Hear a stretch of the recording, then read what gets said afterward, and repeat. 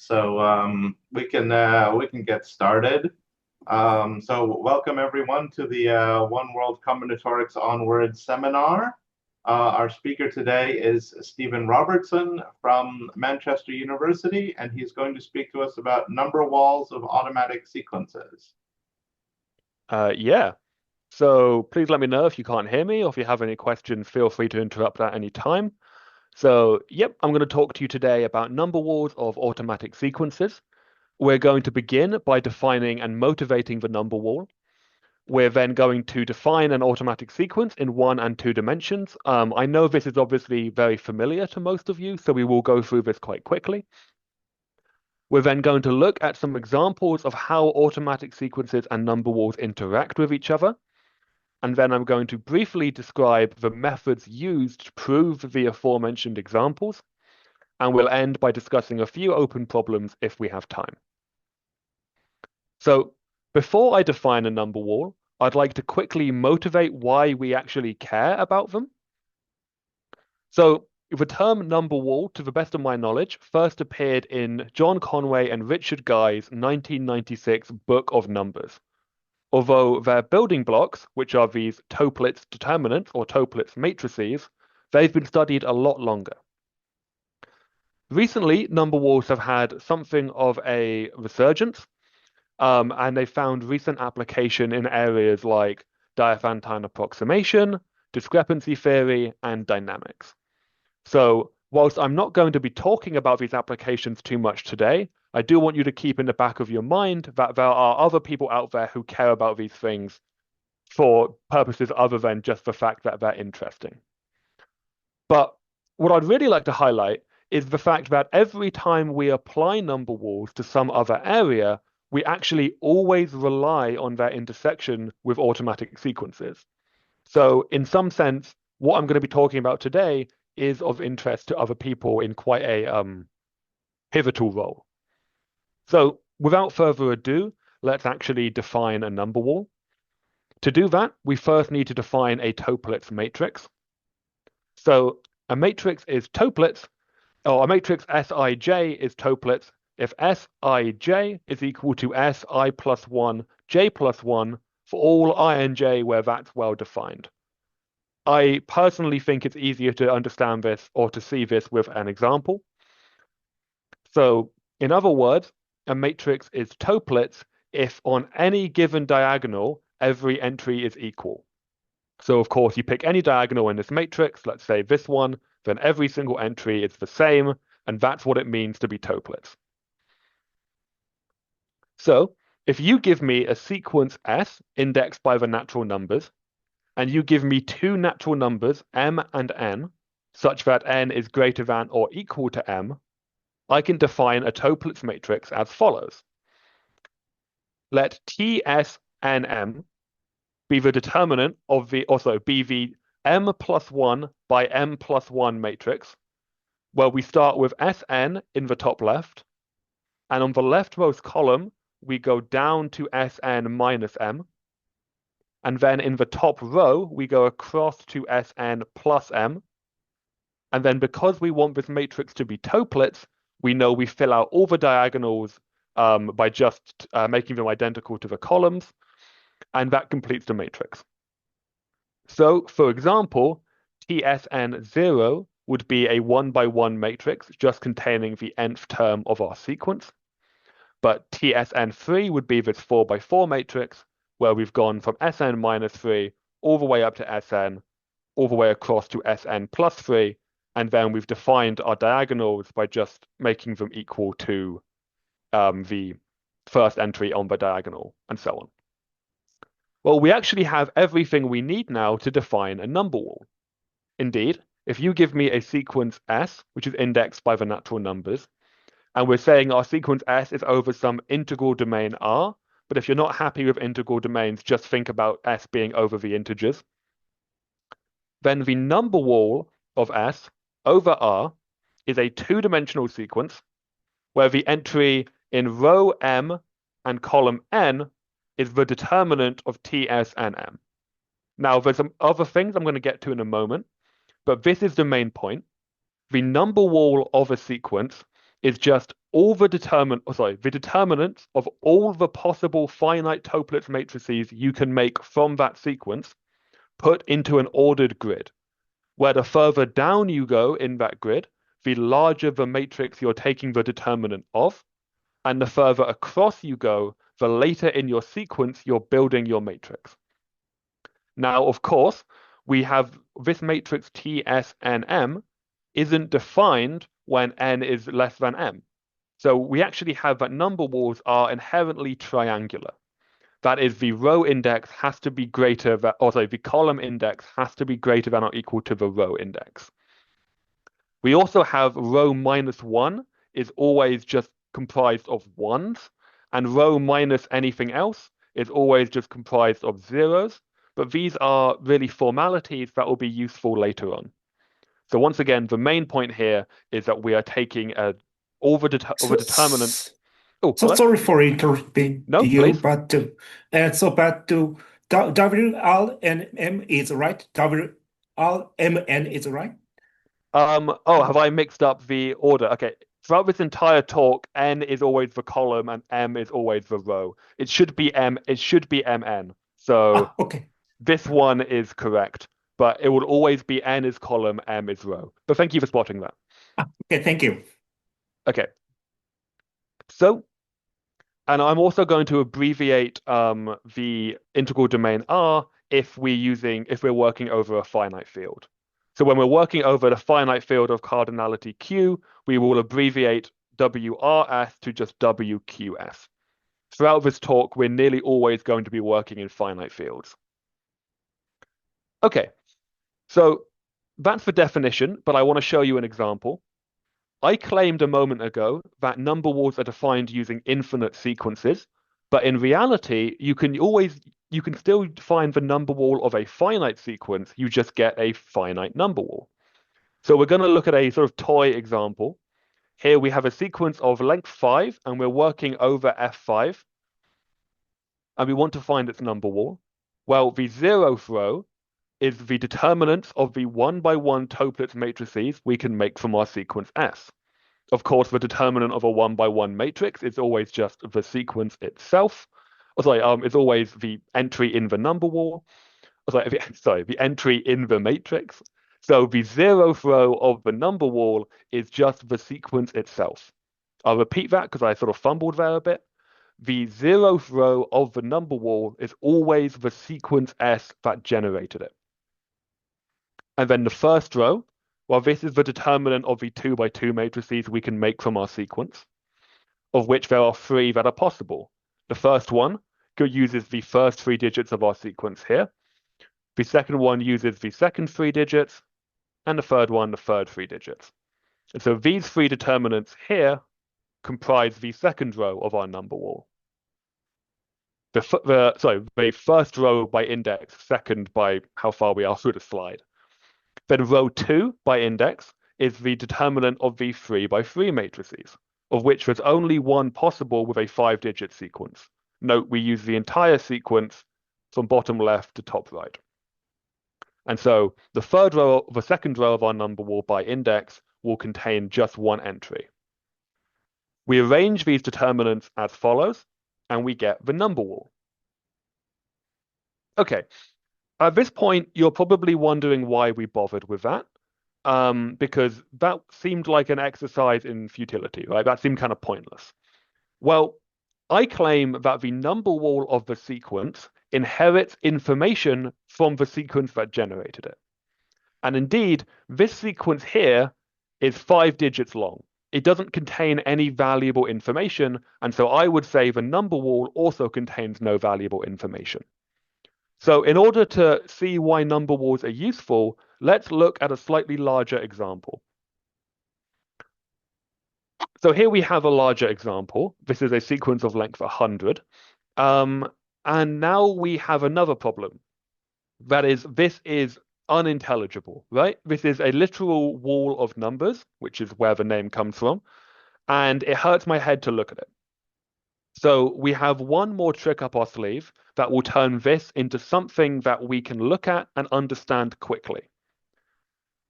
We're going to assign each number a unique color.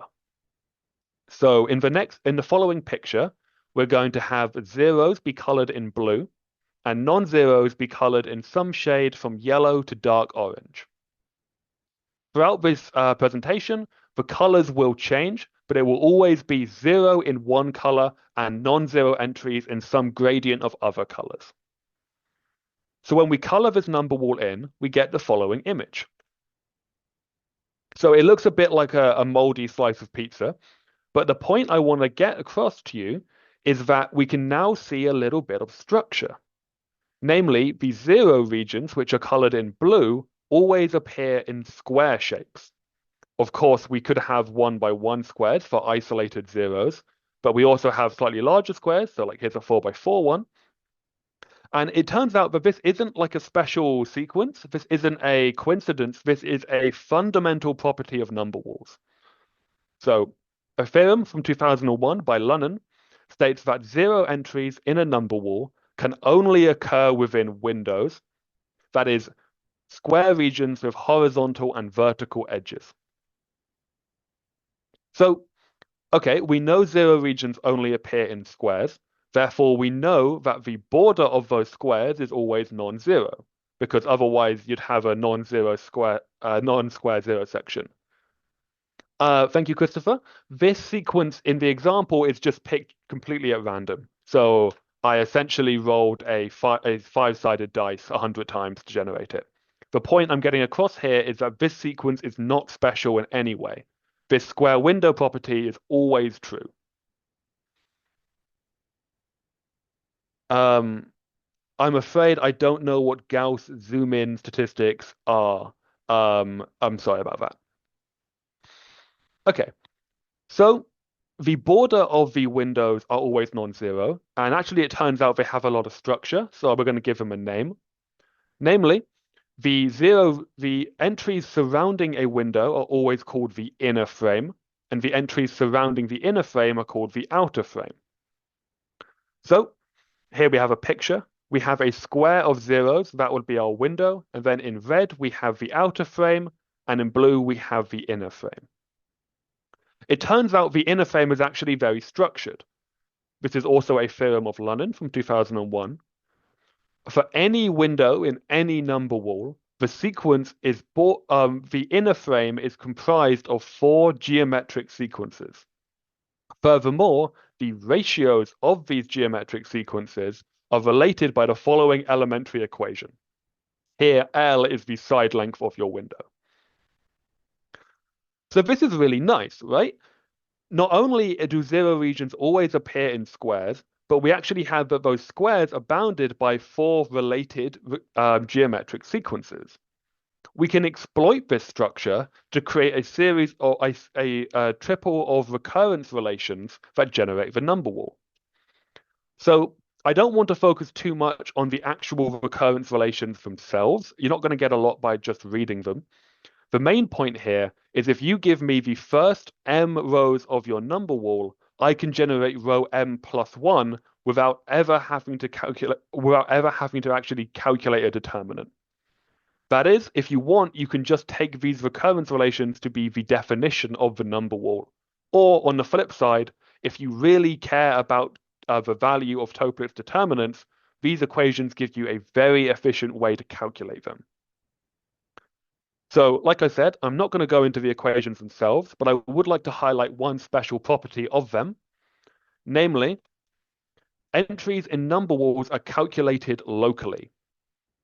So, if you want to calculate the entry in row M and column N of your number wall, you actually only need to look at the entries just above it. There are 2 cases. If the entry 2 above your target is non-zero, then you only need to look at the 4 entries directly above it, and that's sufficient to calculate your entry X. Or if the entry 2 above your target is 0, then you know it's part of some square window, and you only need to consider the inner and outer frame of that window. So again, I'm being intentionally vague on the details of calculation because they're not important for the talk. But what I want to get across is that when you calculate the entries in a number wall, it's actually a very local process. You're not actually using the sequence itself that much at all. You're just using other entries in the number wall that are nearby. Okay, so that's your crash course in number walls. I'm now going to briefly talk about automatic sequences. Like I said, I expect most people here to be familiar, so I'm not going to dwell on this for too long, but I would like to just define the terms I'm using, especially because I think one of them is quite non-standard, so I want to make sure we're all on the same page. So obviously, alphabet, non-empty finite set. We're going to be using ABC as an example today. A uniform K-morphism, for my purposes, is a function that takes a letter in our alphabet and returns a word of length K from the same alphabet. So, for example, a free morphism might take A to ABC, and so on for B and C. Then, of course, we apply morphisms to words by applying them letter by letter in order of appearance. So phi would take A to ABC, but then ABC would be taken to ABC and then the image of B and then the image of C. And we can do this infinitely many times to create an infinite word.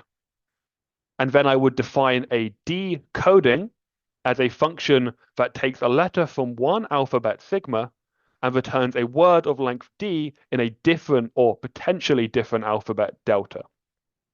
So for example, a one coding on that previous example might take A and C to 1 and B to 0. So this, I think, is non-standard, defining codings as morphisms between alphabets. I think usually they're defined as uniform one morphisms, but this is going to be very helpful for our talk today. Of course, we can define or we can apply codings to words by just applying them letter by letter. And we'll say that a sequence S is K automatic over sigma if it is the image of some letter under the alphabet phi infinitely many times and then potentially under some coding. Note, if we don't want a coding, we can just say the coding is trivial with sigma being equal to delta. Obviously, we also need A to be phi prolongable, but I'm going to sweep that under the rug for now. Everything I've just said is also true in two dimensions. So once again, alphabet, non-empty finite set. Then a KL morphism would be a function that takes a letter in sigma and returns a K by L word in a K by L word over sigma. So for example, a 2-3 morphism might take A to this 2 by 3 word here. And then we of course apply KL morphisms multiple times to create infinite two-dimensional words. And we do this by just applying them to each letter individually. So A would go to this 2 by 3 word, and then this 2 by 3 word would go to this 4 by 9 word, and so on. And then we define a DG coding as a function that took a letter in one alphabet, sigma, and returned a D by G word in our second alphabet, delta. So for example, this would be a 1-2 coding, right? Because one letter is taken to a 1 by 2 word of 1 by 2 word in our second alphabet here. Just like before, we of course apply DG codings to two-dimensional words by applying them letter by letter. And we'd say a two-dimensional sequence is KL automatic over some alphabet sigma if it is the image of some letter in the alphabet with a KL morphism applied infinitely many times and then with some coding on top. Again, the coding could be trivial and we would need our letter to be prolongable, which just means that the first letter of its image under phi is itself. Okay, I hope none of that was too new, but that is this is the important terminology for the talk. So in summary, for my purposes, an automatic sequence has got three components.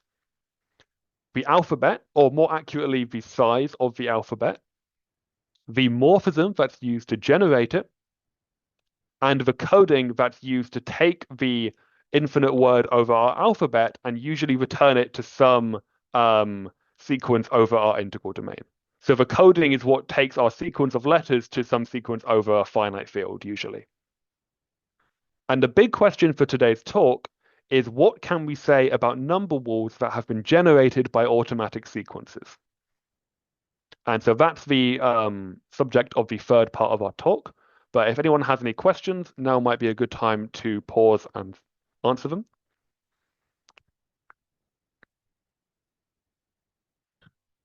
Okay, if not, we'll carry on. So I'm going to be showing you a series of examples of automatic sequences and their number walls, and I'm going to be telling you about what we do and what we don't know. We're going to start with the most trivial example possible, which is a periodic sequence. So of course, a periodic sequence is trivially automatic. In fact, it's k-automatic for any natural number k greater than or equal to 2. So this example is a periodic sequence with period 7, and we're working over F5. And then its number wall looks like this. So here I've colored zeros in orange and non-zero in some shade of green. It's worth pointing out here that I obviously can't show you infinite pictures, but every picture that I show you will be representative or will be a good representative of the infinite number wall. So something to note here is in this number wall, we have 7 non-trivial rows. That's 7 non-trivial rows. And after that, every single entry is 0. Furthermore, each of these rows is actually periodic with period 7. This is actually a general property. That is, if a sequence is periodic with period p, then its number wall is also eventually periodic with period p. Or more specifically, the first p rows of the number wall are periodic with period p, and they're usually non-trivial.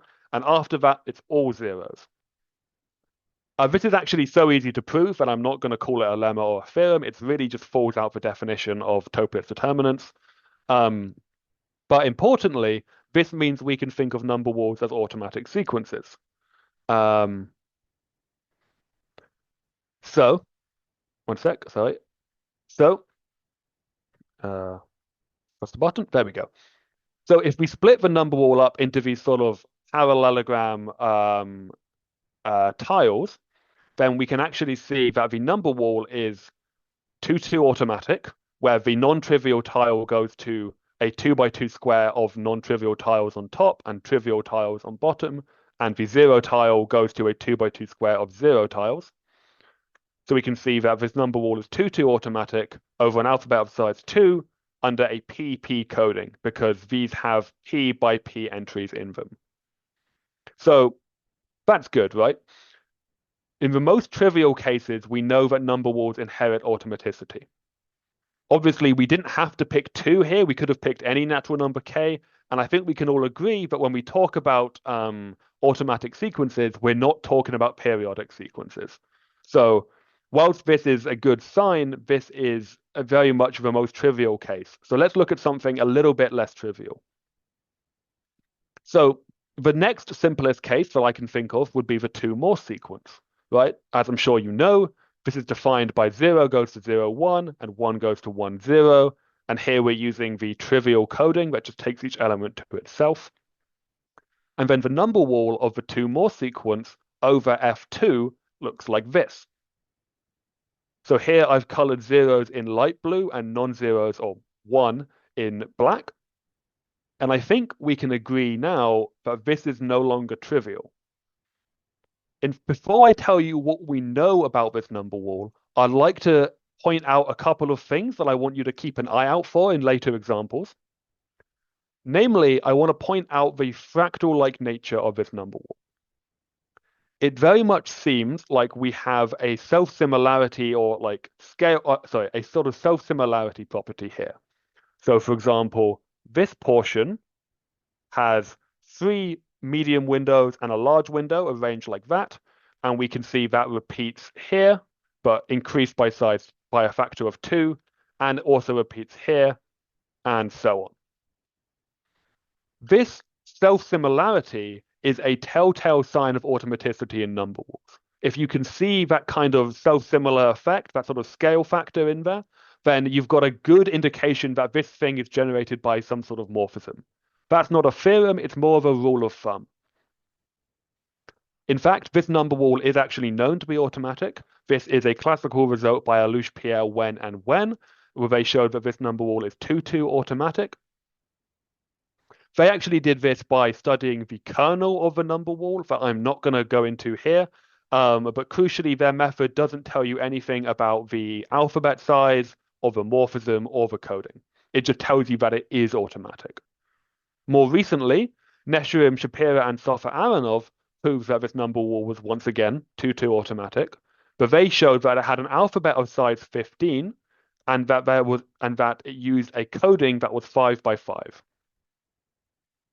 Something I'd like to point out here is that these parameters, so 15 being the alphabet size and 5 being the coding size, feel quite arbitrary.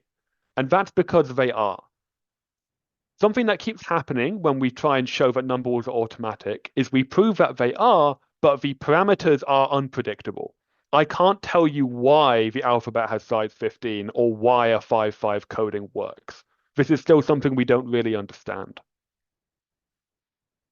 So that was the 2 more sequence over F2, but this is that same sequence over F3.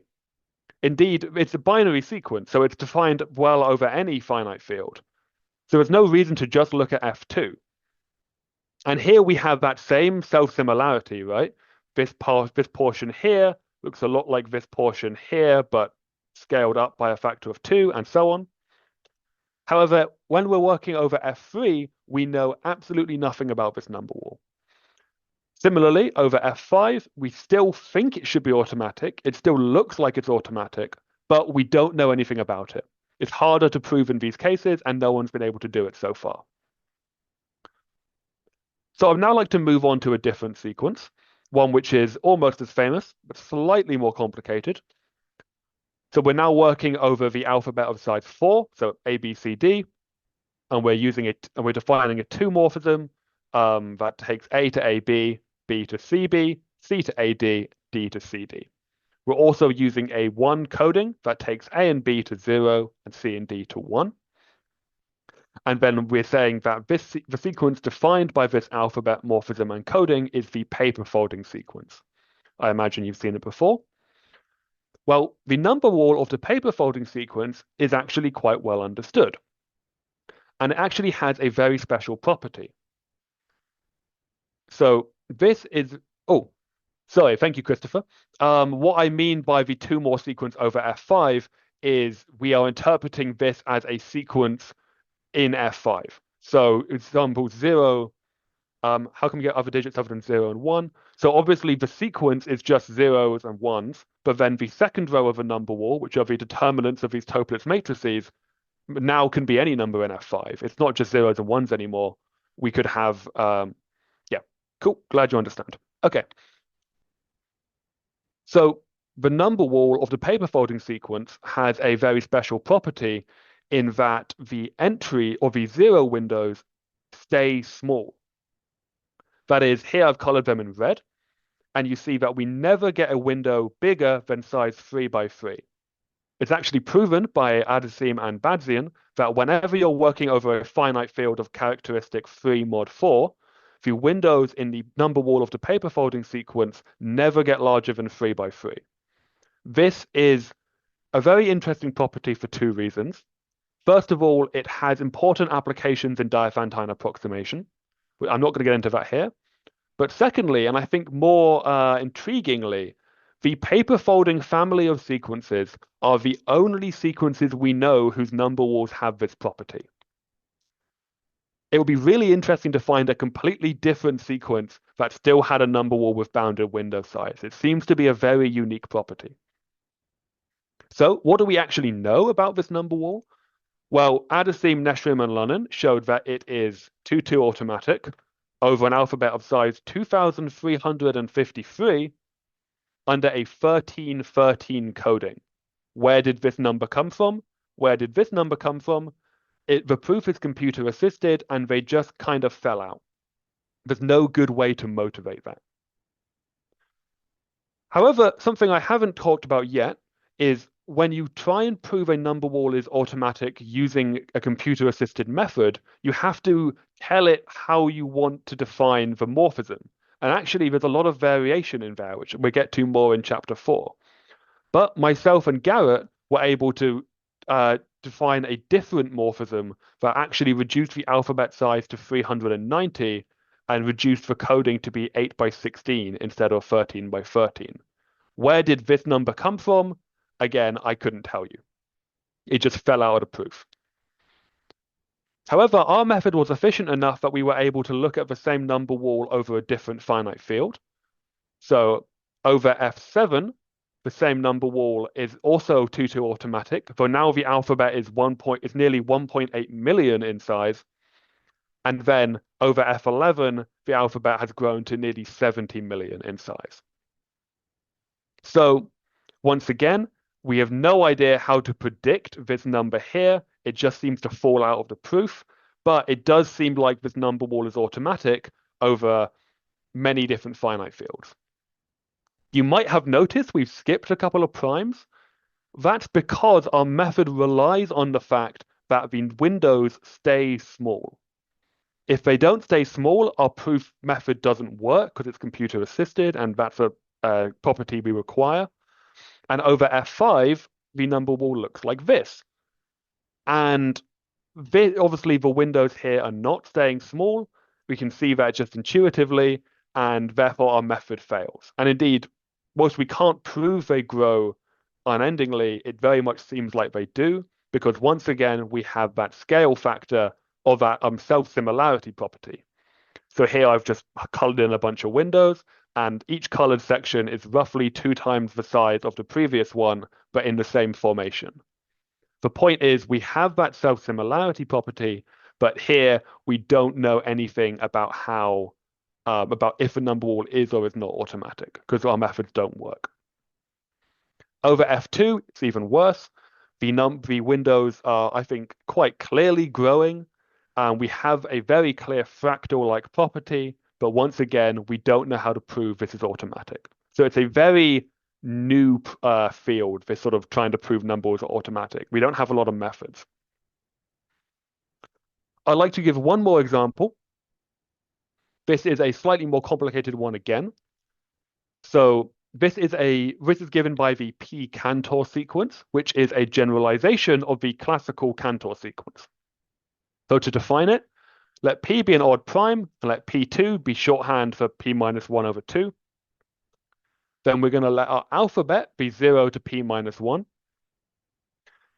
And we're going to define a morphism phi as follows. We're going to say the ith letter of phi of n is p2 choose I over 2 times by n mod p, where this is equal to 0 if I over 2 is not an integer. That seems confusing, but it's actually quite a nice morphism. Indeed, here's an example with the 7 Cantor sequence. Note phi of 1 is just, p is 7, so p2 is 3. And phi of 1 is 3 choose 0, 0, 3 choose 1, 0, 3 choose 2, 0, 3 choose 3. And then phi of 3 is just each digit of phi of 1 times by 3 modulo 7. So it's quite a nice morphism, even if it's defined horribly. So why do we care about this sequence? Well, first of all, the Cantor sequence, which is just the free Cantor sequence, is quite classical. But also, its number wall has a very interesting property. Namely, the number wall of the p-Cantor sequence looks like a Cantor set. This is, I think, is the clearest example of what I mean when I say that number walls inherit information from sequences. So this isn't just true in the case of the 3 Cantor sequence. The 5 Cantor sequence over F5 also has this property, as does the 7 Cantor sequence over F7, and so on. So what do we actually know concretely, other than just looking at pictures? Well, Wen and Wu showed that the number wall of the 3 Cantor sequence over F3 is automatic. It's 3 automatic. Sorry, that should say 3 automatic. Perfect. Can't even tell. So they show that the number wall of the 3 Cantor sequence is 3 automatic, but they did this using the kernel method that Alouche, Pierre, Wen, and Wen used for the 2 Morse sequence. So there's no information about alphabet size, coding, or morphisms here. So then myself and Neushofer Aronov studied the number wall of the p-Cantor sequence, and we were able to prove a more general result. However, we were looking at this from a dynamics point of view, So we only cared about the profile of a number wall, which is defined as a two-dimensional sequence, which is exactly the same shape as the number wall, but where we only have zeros and ones, depending on if the entry in the equivalent or in the associated. And I'll start that again, I think, actually. The profile of a number wall is a two-dimensional sequence which is only zeros or ones, depending on if the corresponding entry of the number wall is zero or non-zero. That is, it's exactly the same as the number wall, but we only care about if an entry is zero or non-zero. And so this was sufficient for our purposes. In fact, for all the applications I listed earlier, it's actually sufficient to just calculate or just understand the profile of the number wall and not the number wall itself. And we managed to show that the number wall of the P-Cantor sequence over Fp is PP automatic over an alphabet of size 12 that is independent of your choice of prime under a 1-1 coding. So we showed that if you just care about whether or not entries are zero or not zero, it's actually, at least in this case, easy to, or not easy to show, but the number wall has a very elegant description. And we wondered perhaps if you only care about the profile of number walls, if maybe you can get much more elegant descriptions of their generator or of their generation. Okay, so that was all the examples I wanted to show you. I'd now like to briefly discuss the methods that we use to prove these results. Again, if there's any questions at this point, please do let me know. Feel free to put any in the chat, but if not, we'll keep going. So I'm not going to talk too much about the kernel method that I've mentioned a couple times already. This was pioneered by Alouche, Pierre, Wen, and Wen, to the best of my knowledge. And it doesn't tell you anything about the morphism, the coding, or the alphabet size. I'm instead going to jump straight to the computer-assisted methods that were used by myself and Garrett and Adesim, Neshrim, and Lunnon. Indeed, if you recall, we were trying to show that the number wall of the paper folding sequence was 2-2 automatic. And we both succeeded using a computer-assisted proof. And both of those proofs had the same fundamental method, which is take a good guess at what the morphism should be and prove your guess was correct. However, when you're doing that, you have to there's lots of different ways you can define your morphism. And it turns out this has a really important effect on the alphabet size at the end. So, for example, Adesim, Neshrim, and Lunnon felt that the fact that the number wall is triangular was a problem. Because, of course, we defined two-dimensional uniform morphisms as being rectangular, right? You take a letter to a rectangle of letters. So they fixed this by turning the paper folding sequence into a doubly infinite sequence by defining p of minus n to be 1 minus p of n. And then they were able to define the number wall in row m and column n for every integer m and n. So they got rid of that n is greater than or equal to m requirement. That is, the number wall is now a doubly infinite two-dimensional sequence, and it's no longer triangular in shape. So it looks a bit like this, where this red portion here is what we used to have, and this blue portion here is the parts of the number wall that are generated only by the new half, the sort of negative half. And in purple here, we have a bunch of entries which are dependent on both the positive and negative parts of our sequence. They then split the number wall in two and only considered this right-hand side here. This is the part of a number wall which they showed was 2-2 automatic. And they were able to use more traditional morphisms because this is now an infinite rectangle and not an infinite triangle. And so the KL morphisms fit a lot nicer here. Myself and Garrett took a different approach, where we tried to embrace the triangular shape of a number wall. And to do this, we noticed that whilst this is the only part we care about, we do know that the rows of negative index are always 0, which means that we can actually consider this rotated square part of the number wall.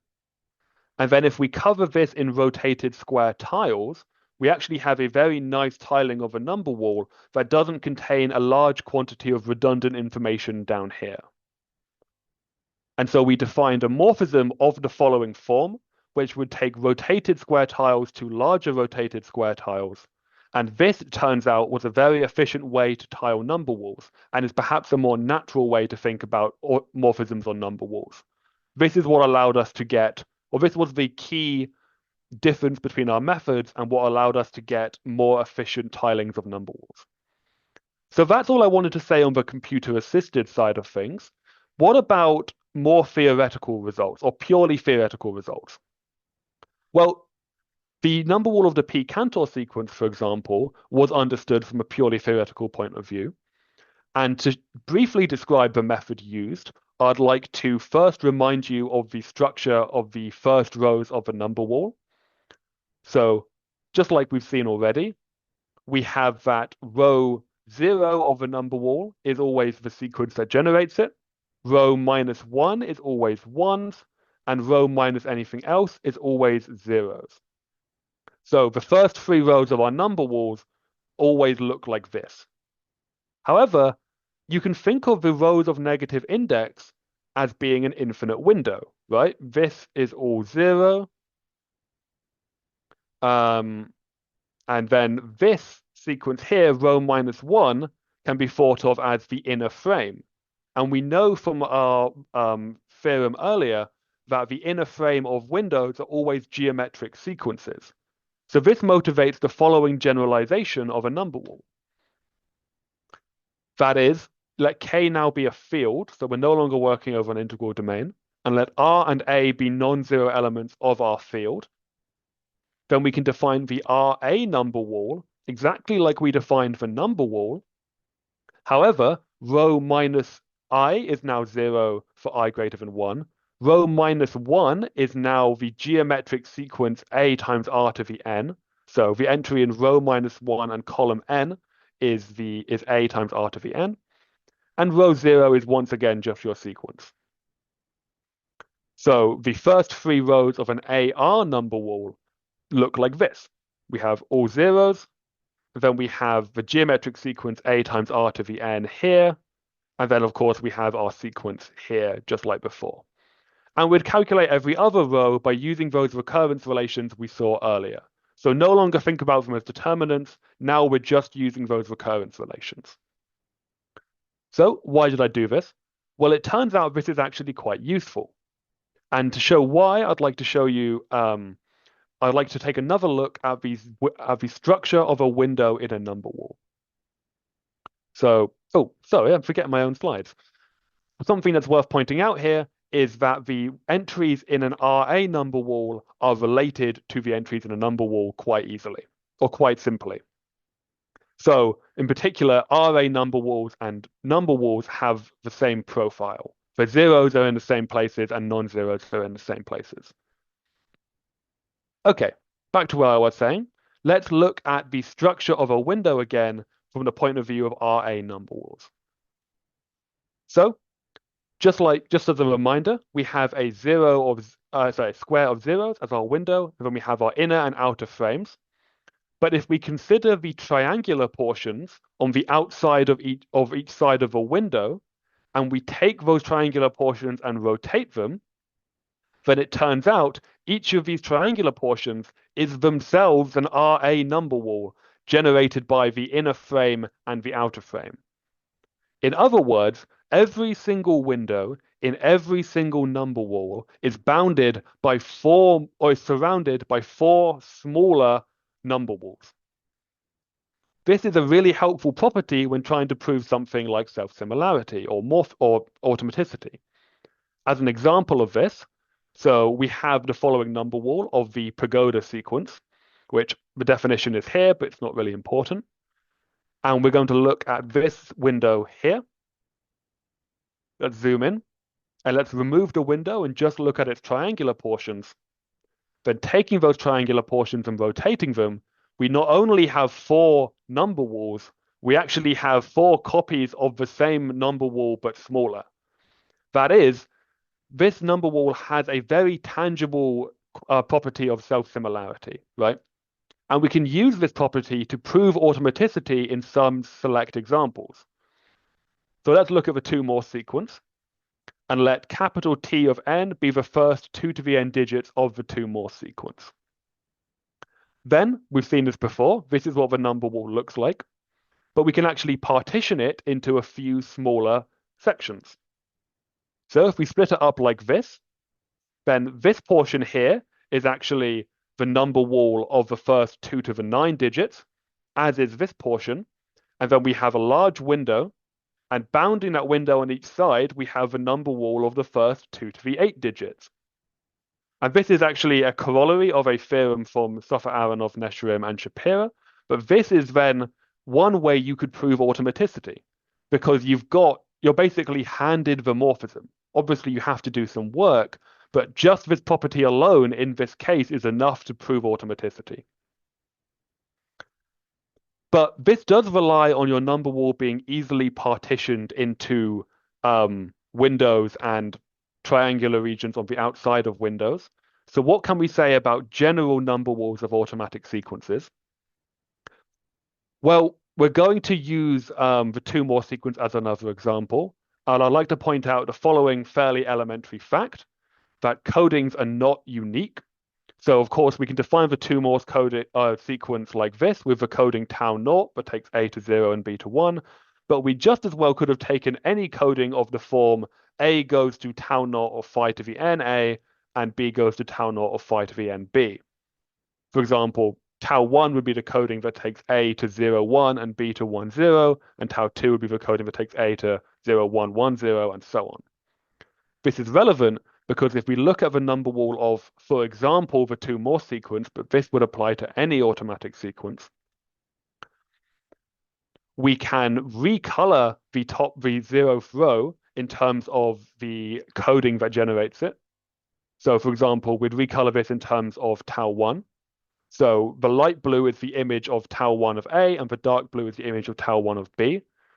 And then we can add in any entries of the number wall that are defined solely by the image of tau 2 instead of tau 1, and we get these extra greenish elements. And then we can add in all the entries of a number wall that are solely defined by the image of tau 3, which will give us these yellow and orange ones, and we repeat tau 4, 5, 6, 7, and of course, this is a finite picture, but this would keep going forever in the infinite number wall. And the point is, each of these sort of colored sections are just copies of the 2 Morse sequence or whatever sequence you generated your number wall with under different codings. So the 2 Morse sequence begins 0, 1, 1, 0, 1, 0, 0, 1. And if we look at this orange and yellow section, we have orange, yellow, yellow, orange, yellow, orange, orange, yellow, and so on. That is, you can find infinitely many larger and larger copies of your automatic sequence within your number wall. This motivates the first of a few conjectures I'd like to state in the final part of this talk, and I think I've got 2 more minutes left to do so. The first conjecture by myself and Garrett, unless someone said it before us, but I'm not aware of it. The number wall of any automatic sequence is itself a 2-dimensional automatic sequence.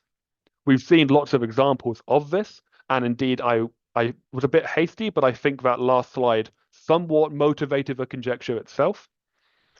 But we also have a conjecture which I've put a question mark here because I haven't actually put this in writing yet, so I haven't got a citation for it.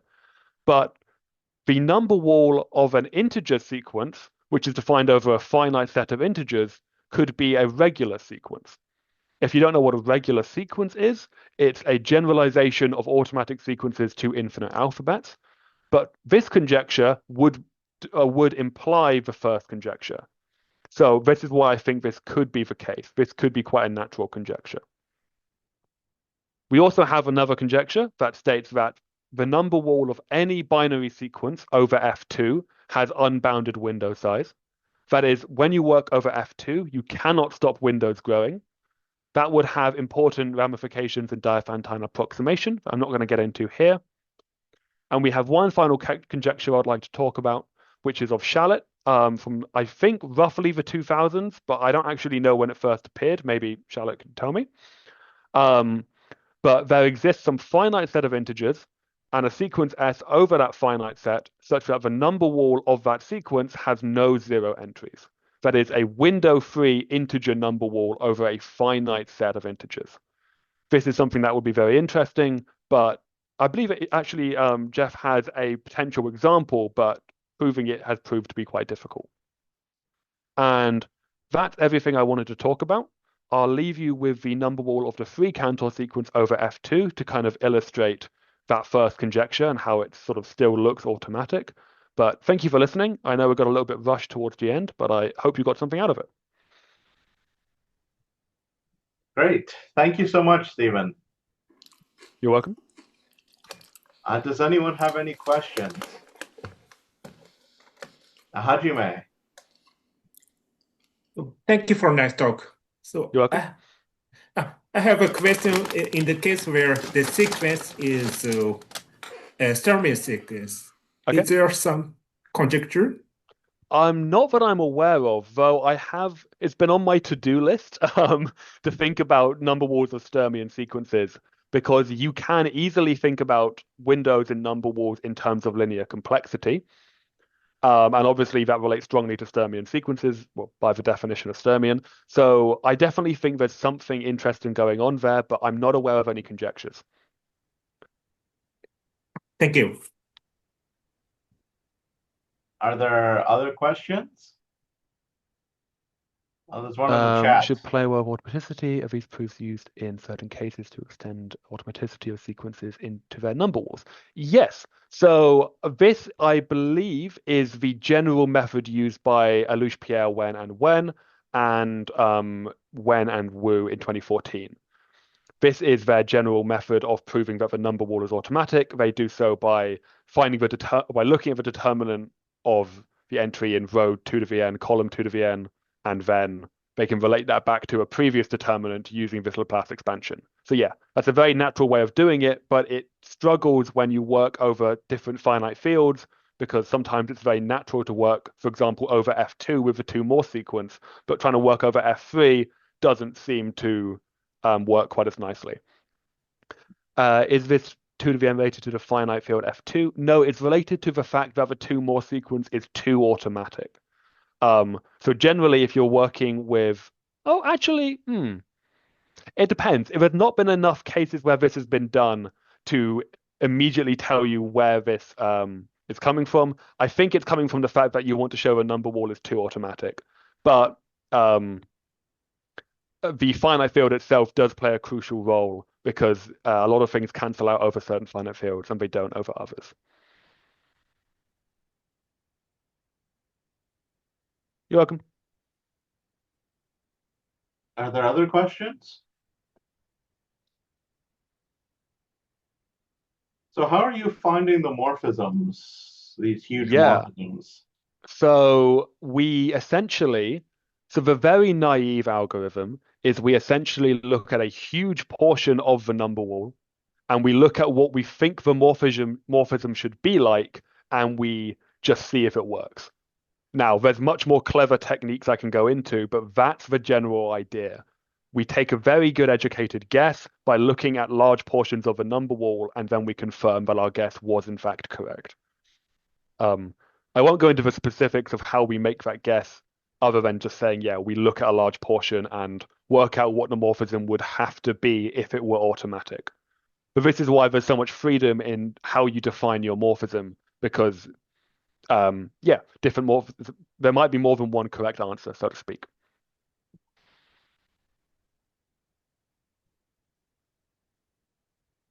All right. If nobody else has any questions.